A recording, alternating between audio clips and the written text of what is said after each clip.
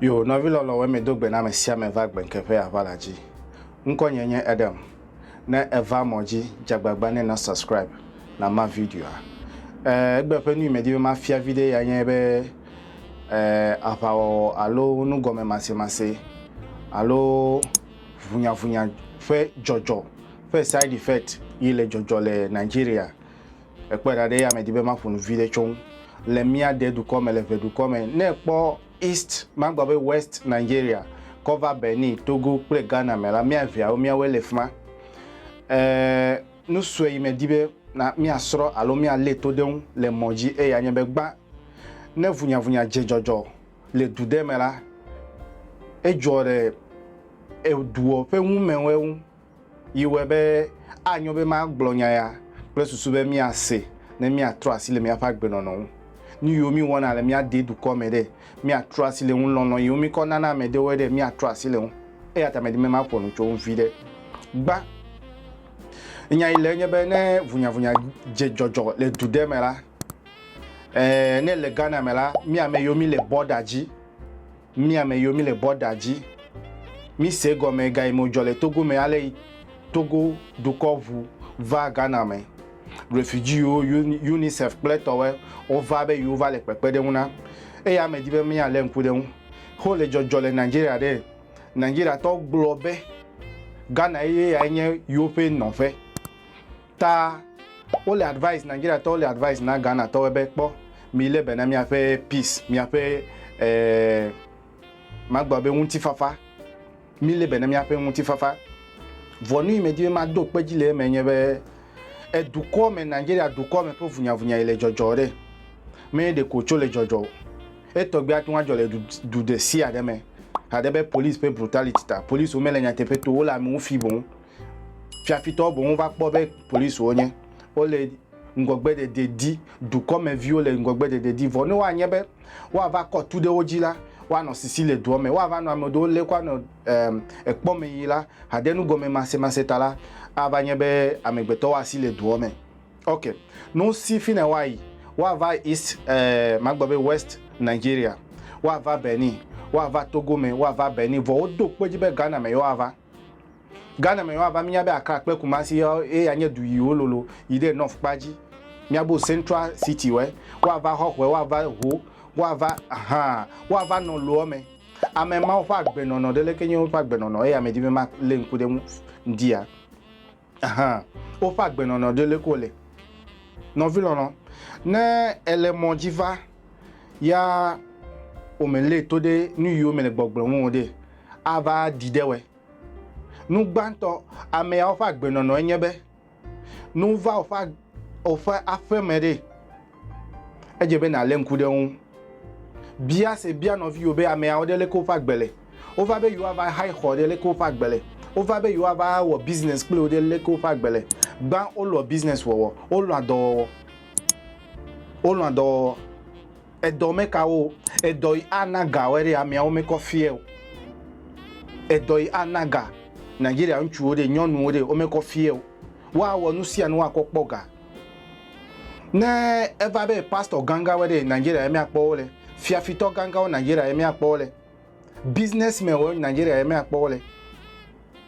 ele go mesinam de vo nu ile vevede me dibe mi ale nkude won mi a protect mi afenu yo mi alebe na mi afenu lono yo mi ko mana by heart de ma me fifie o na medro jewede nyale na ho amedro vevieto na medro to Nigeria ele vevede mi avedo me penya gblo mele na we gba amiesi do wa me ple kuhi vovovovo na me de jole wa fe me de me kuhi vie le amienwu ta anyube mi asoro na de le me instability le Nigeria de gbegbele ka wa cover na mi evedu ko we no va je ne amede va je duo me va je gbowere ne na nyale na le gba le instability pakpaji ni ile nyebe nu ka malnutrition efia be nduduma no onsio sexual violence ame yo le duma wa kwa akpa sese akono nu gbele ame wa no bododo vivivo wo la me eku ano jojo veve sese o il ne dolele o ta no nyebe ame ya otogbi gbo instability le jojo mepo yiji o vo ma fa fifie o enu ile jojo le Nigeria de ma fa fifie o ta advice ya me ko le vava emoji plus susube mi ati wan so na de le me aha nye me di be wa va onu veve no vinyo wa va onu veve danyo wa va onu veve etonyo ekpe da de ta ne eva be ya va no gbowe wo va be wa va jede mi nyale mi ahowe enya so e me di be magbole moji ma vunya le jole Nigeria de menye de ko le jojo wa si le fuma wa va mi ade Africa afokla wa ti wan zo evu wa ti wan do mega hia be wa do ya mevu akpama ya me di be ma ka si won egbendia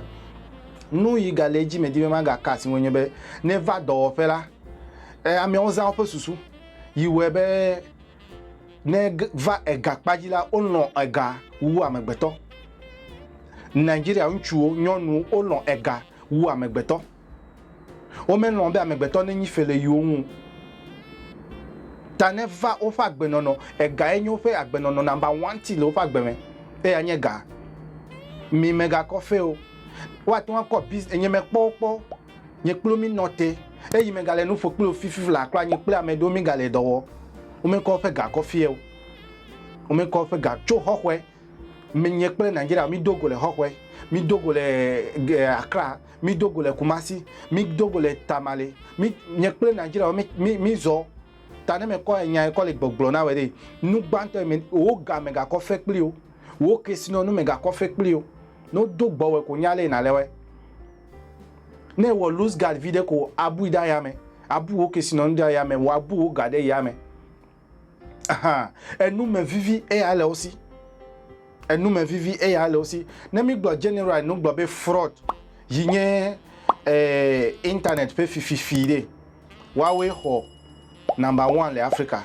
fifi la ko Ghana che ko pe Ghana embassy de o le yo close ye wa be consider de kanya onye nyatefe o close Ghana embassy de we hade be fifita Ghana to mete un no wo ya o le wo vo mete un le wo o le sro le Nigeria vi ogbo tami e vedu come e ya me di ma gbonya be na lebe na o Ghana lebe nu wonu nu e gale maga to asi be mi awo enye be amiao e ga video lo si yimatu wan gbabe ope businessmen o me ko feel once they have money ya le nu me vivi na ola si gbe ke wa ti wan blame mi afe police service a onu yi a we be justice system wa surprise we be e wo pe Nigeria wunchu enya jode mi adome mi ide mi afe police station ne no mi nya o Nigeria adole me hadebe mi adome to dewe mi adome to police dewe onye e galon lawe wube iwa akponya te fi egbo ta ne jode jiwode konya ko ide police station me no gbo ide police station na nwa agbale na nwa report ne nwa report evode ne po be ma dojiwo e po be odibo wa afroko konya nwa resign case na gbo be iwa vai gbela feme we konya ko vai na we resign case me vai gbela feme ne na konya ko ina togbe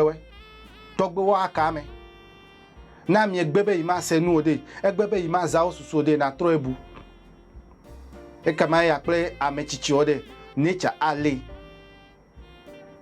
nyatefe de kai agbenkefe avala ji na sele mebe yi konya ko ide police station draft wo case igbo onya no gbogbo nwure vone pobe wa va do kuhi na ole police station e gamela si ona court ode ko ina mi atogbewe wa le wa dro wa jo titi abele jojo me ko economy wa le wa jo ami ode mebe ega video le aussi wa ko ga kofle mi ape police dewe wa ko ga kofle mi ape army dewe wa ko ga kofle mi ape politician dewe ne gama no me de China ma vazu pastor le Ghana e gama no me de pastor ma vazu efia le Ghana mi ave du ko fe de die no ya ta me va moji me bia dagbe na we ni ma fonu apa o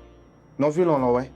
mega ngbo subscribe na ma video ya akpede no vilon no de ya ho Nigeria nchu nyonu de afeme ami o me fie kplopo ga